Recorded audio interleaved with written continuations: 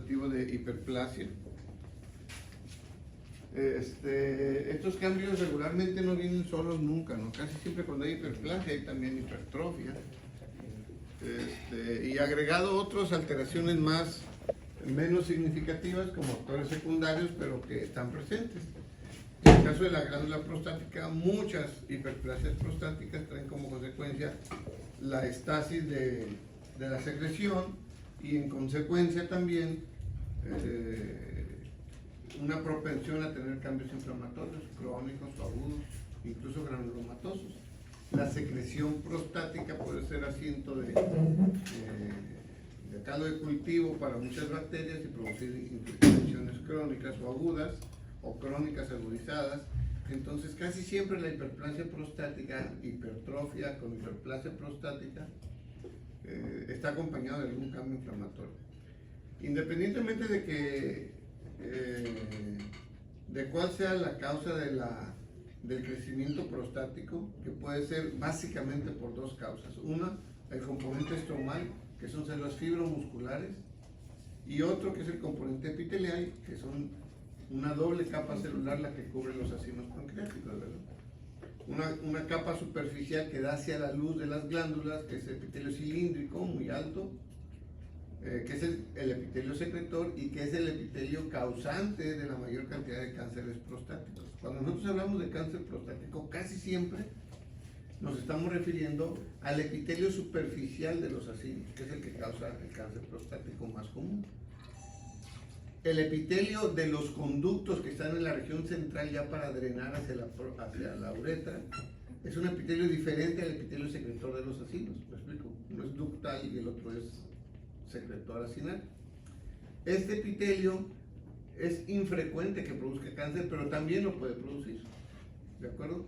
Por otro lado, la capa de células basales que está por debajo del epitelio cilíndrico secretor superficial de la glándula o de los acinos es un epitelio cúbico pequeñito, a veces son células planas como un endotelio, que van cubriendo las estructuras acinales y son células mioepiteliales, o sea, tienen características epiteliales, pero también tienen algunas características que las células de músculo liso tienen, ¿de acuerdo? Tiene un efecto contráctil también, se ha mostrado en ellos. Entonces, si les hacemos una tinción de actina y que detecta arquitectura de células de músculo esquelético, marcan para esas células. Entonces, la célula mioepitelial o la célula basal, que está debajo del epitelio superficial, es una célula muy importante para nosotros porque la presencia o ausencia de esa célula en el acino define si es un carcinoma o no. Así de importante. Entonces, entre otros criterios, ¿verdad? Hay más criterios que se tienen que compaginar, pero ese es uno muy, muy importante. Entonces, les decía yo, el crecimiento prostático en un paciente puede ser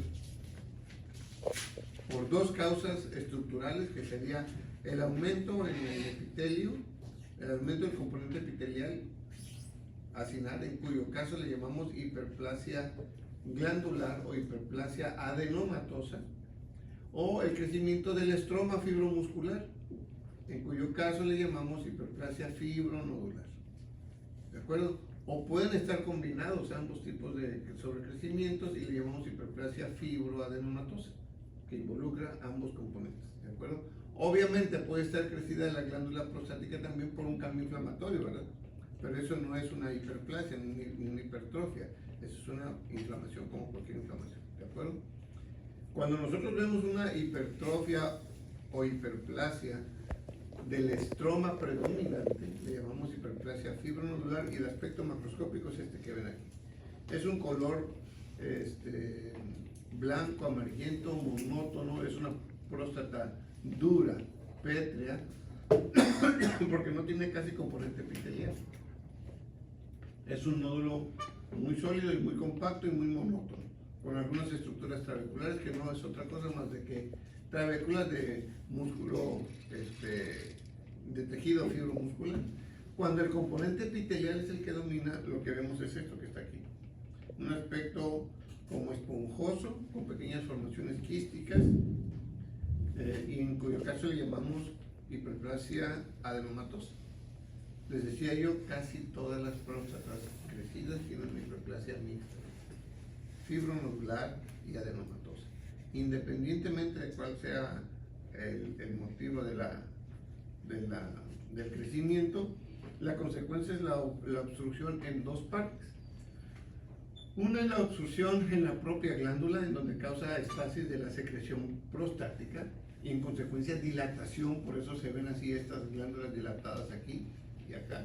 Ese aspecto esponjoso no es otra cosa más que la dilatación del componente epitelial, y en cuyo caso pues causa un atesoramiento de la secreción prostática, un caldo de cultivo rico para bacterias, etcétera, etcétera. Y obviamente una segunda obstrucción que produce es hacia la vejiga. La vejiga, por su parte, también va a tener complicaciones por adaptación a este gradiente de presión que se aumenta importantemente por la oclusión en la uretra. Este aspecto trabecular que ustedes ven aquí no es otra cosa más que fibras del músculo liso de la pared vesical. Es decir, igual que sucede en la vesícula biliar por la obstrucción crónica de un cálculo y que ese gradiente de presión hace que se hipertrofie la capa, lo mismo pasa en la vejiga, pero es un efecto pues secundario a la obstrucción del flujo urinario. Les decía yo, cuando tenemos un crecimiento prostático y que requiere biopsiarse, las maneras de obtener tejido de la glándula prostática son varias. Pueden hacerse una resección transuretral prostática, una RTUP, resección transuretral prostática, en cuyo caso, cuando la sospecha clínica es de benignidad, ¿sí? Es decir, el paciente llegó por crecimiento prostático, no puede orinar, etcétera, etcétera, el médico le hace un tacto rectal con una glándula efectivamente aumentada de tamaño, pero más o menos blanda, no está tan pétrea, no está tan dura. El antígeno prostático específico no está tan elevado, tiene elevaciones bajas o está normal. El ultrasonido prostático es un ultrasonido que no muestra grandes alteraciones, por lo menos no es sospechosa de cáncer. Es decir, juntando todo esto, el clínico dice, ¿sabes qué? Es un crecimiento prostático, ciertamente, pero parece ser benigno, con los parámetros clínicos y paraclínicos, ¿de acuerdo? Entonces, el objetivo es desobstruirlo. Es un aumento de prostático benigno, entonces vamos a desobstruirlo. En ese caso, la forma en que como se obtiene el tejido prostático es por un legrado transuretral prostático, resección transuretral prostático. Y a través de la uretra se mete una cucharilla de legrado y se van arrancando pedazos de la próstata periuretral. Entonces, toda esta próstata que está aquí a posterior y anterior, alrededor de la uretra, se va extrayendo en fragmentos. Obviamente hay que romper junto con ese cuchareo, se rompe también la uretra, ¿verdad? Y se traen pedazos, o sea, la uretra completa se la trae también, la uretra prostática. Y se deja una sonda ahí, que luego se repiteliza alrededor y vuelve a quedar pues, la trayectoria uretral. Y el paciente queda bien feliz después del procedimiento. Son N cantidad de veces que tienen que meter la cucharilla y arrancarle un pedazo y otro hasta que se acaban la próstata, o por lo menos la próstata periuretral, ¿verdad? ¿El objetivo cuál es? Desobstruir nada más. Obviamente tiene que analizarse ese tejido prostático en el microscopio, ¿verdad? Cuando el clínico detecta que hay sospecha de malignidad por el tacto rectal, por los niveles de antígeno prostático específico, por el ultrasonido, y que piensa que es maligno, entonces hace otro procedimiento diferente. Como ustedes saben, el tejido neoplásico maligno de la glándula prostática se origina no de la región central, no de la región periuretral, sino de la región periférica de la próstata. Pero tanto en la región posterior, pero más en la región posterior y anterior también, pero más en la periferia de la próstata, no en la región central. Entonces, lo que tiene que hacer primero es descartar que no tenga cáncer, porque un paciente con cáncer, hacer una resección transuretral no es un procedimiento correcto. Un paciente con cáncer se tiene que dar tratamiento, radio, quimioterapia, lo que sea, según su estadio, o la resección prostática completa radical. Entonces, primero le hacen un muestreo de las porciones periféricas. ¿Cómo llegamos a las porciones periféricas? Pues a través de una aguja. Entonces, a través del ano, igual como se hace el tacto rectal, se encajan 12 veces una aguja para obtener 12 cilindros de tejido, 6 de cada hemisferio, derecho e izquierdo, y analizarse. Esa es una biopsia transrectal prostática. Se hace con aguja de corte y se utiliza cuando hay sospecha de malignidad en un paciente. ¿De acuerdo? Dependiente del resultado, si es benigno o maligno, ya se decide si hacer una prostatectomía radical para tratar un cáncer, en donde se obtiene la próstata y el tejido periprostático adyacente, que es tejido fibroadiposo. Y es radical porque se trae todo lo que hay alrededor de la próstata, incluyendo los nervios. El paciente queda con cierto grado de impotencia sexual, obviamente, ¿no? O si es benigna y solamente es el proceso obstructivo, pero el glándula está muy grande, pues se puede optar por una resección prostática completa, pero no radical, ¿sí?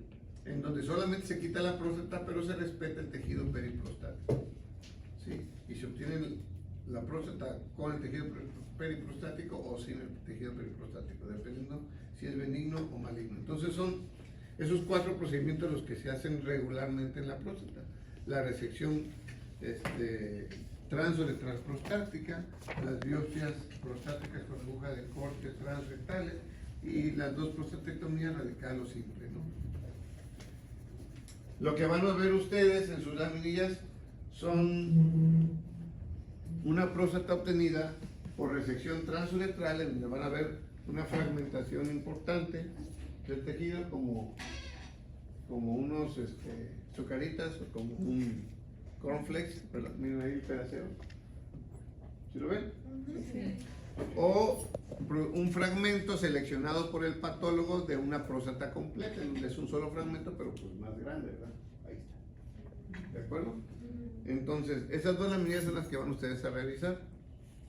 Si nosotros pudiéramos, ambas laminillas tienen lo mismo, tienen una área de hiperplasia fibronodular, en donde hay un componente estromal dominante muy claramente, y áreas de componente adenomatoso, en donde hay un componente glandular muy claramente dominante también. ¿Qué significa eso? Que van a haber muchas glándulas y solamente unas bandas pequeñitas entre glándula y glándula de tejido fibromuscular. Y en el otro van a haber nódulos de tejido fibromuscular sin componente acinar. ¿De acuerdo? En ambos casos pueden encontrar mayor o menor cantidad de infiltrado inflamatorio crónico. Ambas tienen prostatitis también, en distinto grado. ¿De acuerdo? Entonces, la intención de esas laminillas que vean es el componente acinar con su doble capa celular, ductos que vienen después del componente acinar, el componente estromal, que es tejido fibromuscular. Si nosotros pudiéramos meter un cistoscopio por aquí y ver hacia las paredes laterales de la uretra, lo que veríamos sería una gran nodularidad del tejido prostático que está empujando y ocluyendo el tránsito urinario. Aquí estaría la vejiga y entra en la superficie interna, pues, de la glándula prostática. Entonces, les decía yo, en la próstata, aunque tenemos esos elementos, podemos ver otros tipos de lesiones también. ¿Como cuáles? Como todas las que hemos visto hasta ahorita. El sobrecrecimiento prostático también puede ocluir y obstaculizar la irrigación sanguínea de ciertas áreas, obviamente, en la misma próstata. Y en ese caso tenemos esto: áreas de palidez y hemorragia compensatoria en otros sitios, ¿sí? Esto es un infarto prostático. Lo que van a ver aquí, que sería necrosis coagulativa, ¿no? Entonces, esta es una gran hipertrofia e hiperplasia de la glándula prostática con severos cambios isquémicos. Igual que lo que vieron en el músculo en el examen. ¿Se acuerdan del músculo, verdad? El nodulito del músculo liso.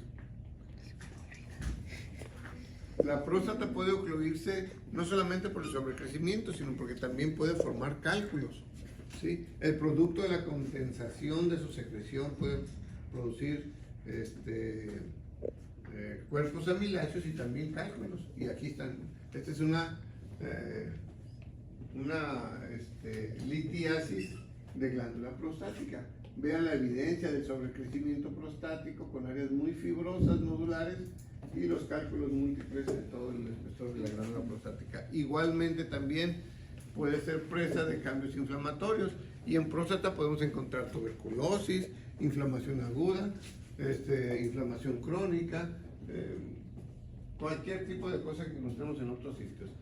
Es así como en esta imagen pueden ver natas de fibrina o fibrinopurulentas en la superficie de corte de una glándula prostática, una inflamación de tipo agudo.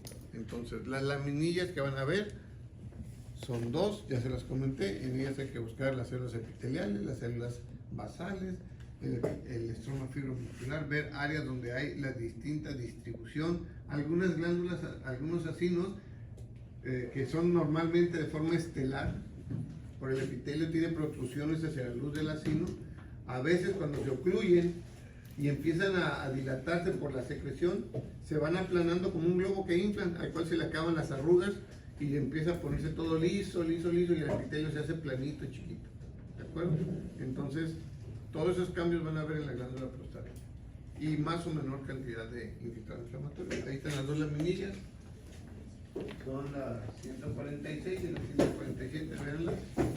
La laminilla que tiene producto de resección transuretral prostática, o sea, hay muchos fragmentos, mucha pedacera de glándula prostática, y es muy polimorfa, es decir, tiene muchas características diferentes entre ellas, aunque es lo mismo. Hay muchas glándulas en distintas facetas. Por ejemplo, hay glándulas chiquitas, donde se ve claramente la doble capa celular, el epitelio superficial. Aquí está esta columna de células cilíndricas, y luego más oscuras debajo de ella se ve aquí el epitelio cúbico. Se ven las dos capas. ¿Sí las ven o no? Sí. Acá también se ve el epitelio superficial, va desde aquí, el borde, aquí va el borde citoplásmico, hasta aquí, de las células columnares. Y abajo se ven los núcleos nada más del epitelio cúbico. Acá también se ve más alargaditos el epitelio cúbico de la capa basal, y por encima ya el epitelio cilíndrico. A veces se ve muy claro, a veces se ve muy poco aparente, pero son glándulas que regularmente tienen estas proyecciones hacia la luz, digitiformes hacia la luz. Es parte del proceso, es parte de la arquitectura normal de la glándula prostática, ¿de acuerdo? Cuando esta glándula, producto de su secreción densa, aquí tenemos secreción, regularmente es un material proteináceo y granular que luego se va condensando poco a poco y se va haciendo más homogéneo, y se puede condensar a tal punto que hace estos cuerpos amiláceos, áreas más cristaloides, como refringentes, ¿no? Se va condensando ese material poco a poco. Bueno, independientemente de esto, la oclusión de los puntos de salida del componente glandular puede ocasionar que haya una dilatación de las glándulas, como estas que están aquí. Y podemos llegar a casos extremos en los que vemos esto, ¿no? Estas son las mismas glándulas, solamente que están dilatadas con ese contenido de secreción prostática misma, que, repito, puede ser así granular, de repente más homogéneo, de repente se va condensando, y estos van a ser cuerpos refringentes que corresponden a los cuerpos amiláceos, ¿no? Aquí pueden ver la diferencia entre la secreción granular y luego la condensación que va dando, insisto, hasta que pueden llegar a formar cuerpos como refringentes que corresponden a los cuerpos amiláceos, ¿no? Que son estos. ¿Sí los ven? Hay mucha diferencia entre ellos. Lo importante es que reconozcan pues el progreso del daño glandular.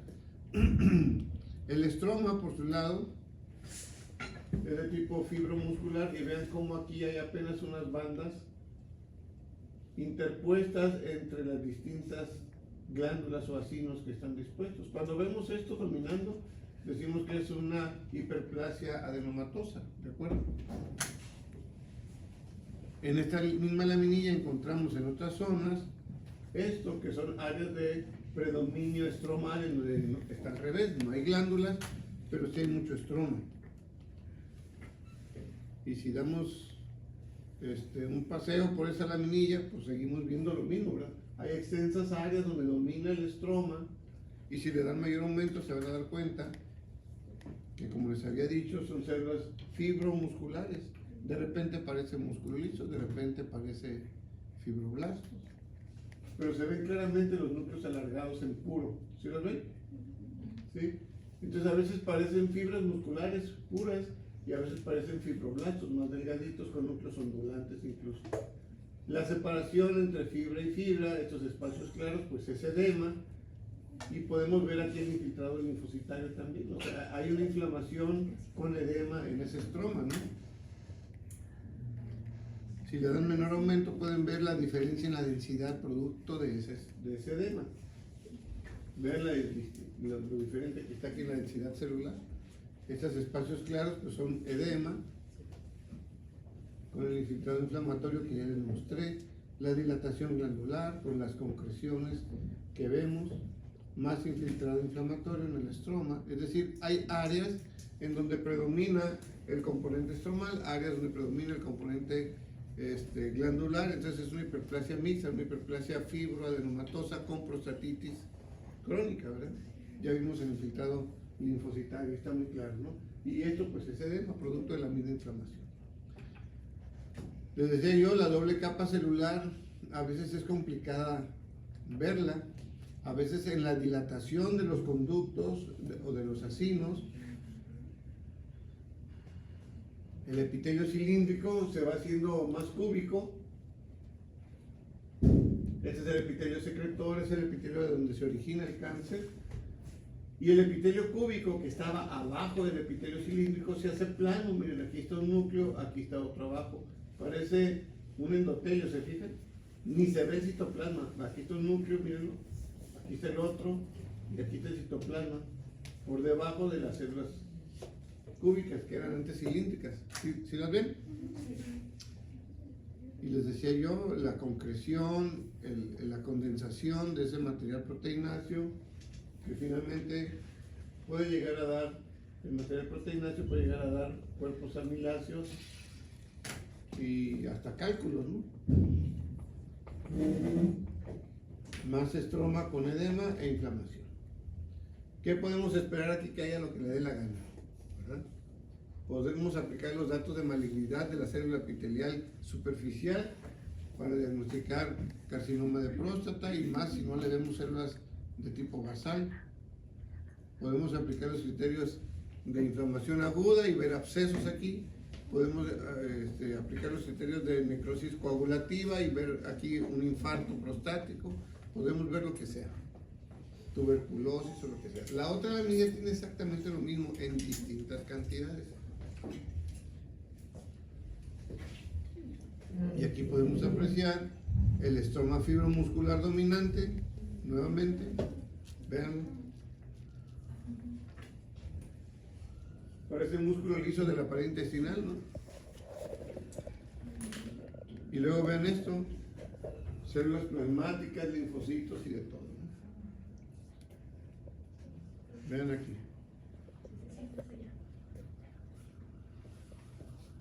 Pura inflamación crónica, ¿verdad? Y vean, puro músculo o tejido fibromuscular. Y luego, vean, músculo y más músculo, ¿verdad?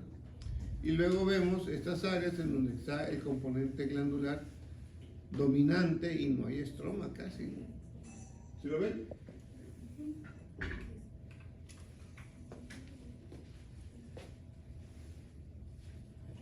¿Sí ven cómo hay puro componente glandular y muy pocas bandas de estroma? Es una hiperplasia mixta otra vez, con prostatitis crónica también. ¿De acuerdo? Tienen lo mismo.